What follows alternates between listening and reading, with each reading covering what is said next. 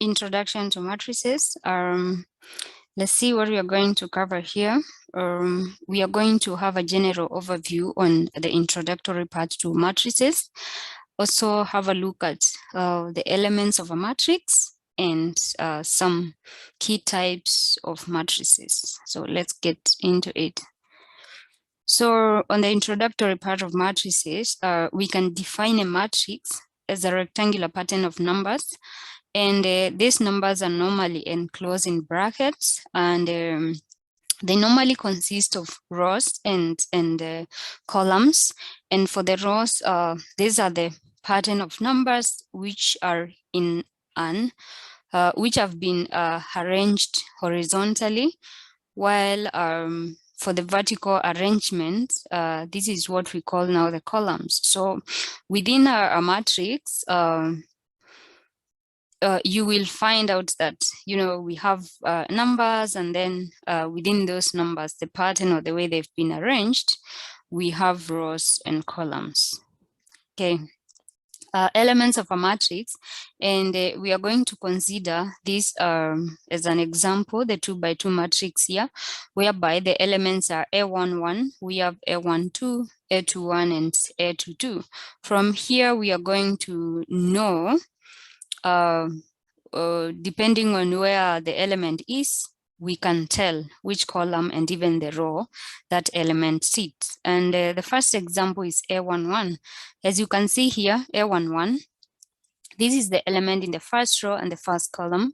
So maybe to make sure that we are on the same page, columns are the horizontal lines. You see the horizontal arrangement, as we've seen from the introductory part, that a row is the pattern of numbers which are appearing in an horizontal manner. And then the vertical arrangement, those are the columns. So the rows are the horizontal arrangement, while the vertical, the vertical is a column. So here we have 2 rows and 2 columns. Now, A11, this is the element in the first row. You see, it's the first row and first column. So it's a first row, first column.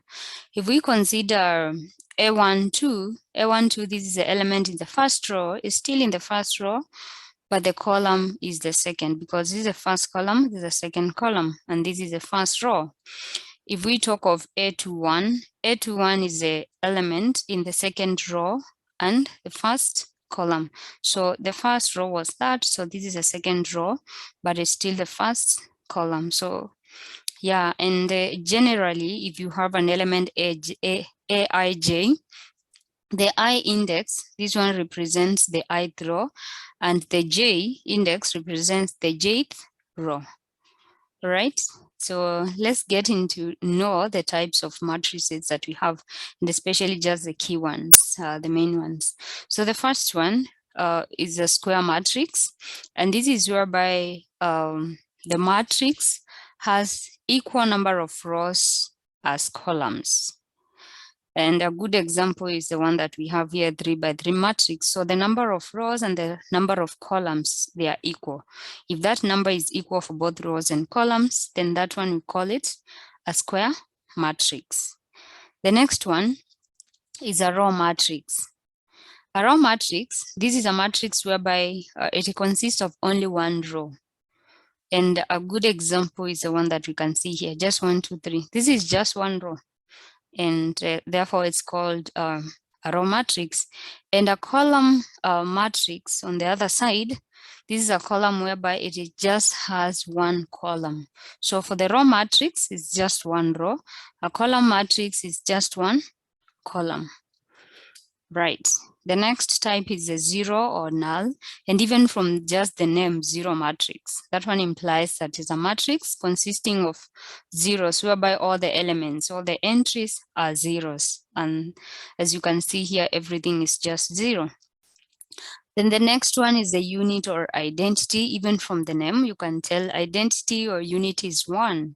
So when it comes to matrices and you talk of a unit or identity matrix, this one means all elements are zero apart from the leading diagonal, and the leading diagonal elements are just 1. Unit is 1. So you have your leading diagonal or the principal diagonal. In other words, all the elements are 1 in the leading diagonal, or you can even call it the principal diagonal. Elements are 1. And then apart from that, everything is 0. The rest are zeros. And another key property is that it has to be a square matrix. So please remember that. So the first property of a unit or identity matrix, it will be a square matrix, and then everything apart from the leading diagonal is 1, is 0, and then the leading diagonal, the elements are 1. Now the next one, we have the symmetric matrix. So the first property of a symmetric matrix is number 1, it has to be a square matrix. And then property number 2 is that the elements on the top right, together with the bottom left, top right triangle and bottom left triangle, those elements, they are the same. So we have our leading diagonal, you can see is 1. The leading diagonal is 1. If you maybe cut here and fold, you fold it into 2, you can tell or you can see that elements from here and here are the same, because if I fold these from just from here, you see these are the same, they're the same, they're the same, and just the same way. So when you fold it, the top right triangle and the bottom left triangle is the same. The next one is a diagonal matrix. And please don't confuse a diagonal matrix and a unit or identity matrix. The two of them, they have zeros apart from the leading diagonal, but for the unit or the identity matrix, the leading diagonal elements are 1. But for a diagonal matrix, though all entries are 0 apart from the leading diagonal, but the leading diagonal elements are not 1. And as you can see, examples that we have 7, 8, or any numbers you can have, or even surds. You can even have maybe a root 3 or something. Yeah, it doesn't necessarily have to be a whole number. Next, we have upper triangular matrix. The first property again here again, it has to be a square matrix. And then all elements from the leading diagonal on the upper side, we have non-zeros, but on the bottom side, there are zeros. So you have your leading diagonal, and then on the upper side of the leading diagonal, elements are non-zero. On the bottom side, there are zeros. So on the bottom side of the leading diagonal, there are zeros. That is for the upper triangular. Now for the lower triangular, this is the opposite of the upper triangular, because the zeros, the elements whereby there are zeros, it will be on the upper side now of the diagonal. And then the lower side, we have non-zero. So on the lower triangular matrix, meaning you have your leading diagonal, everything down below that, it's non-zero. Upward, it's just zeros. And then for the upper, so we have elements on the upper triangle, where we have the upper triangle, that's where we have elements. And then below the leading diagonal is zeros. For the lower, we have elements on the lower triangle side. And then on the upper side, we have zeros. So yeah, that's a quick introduction into matrices.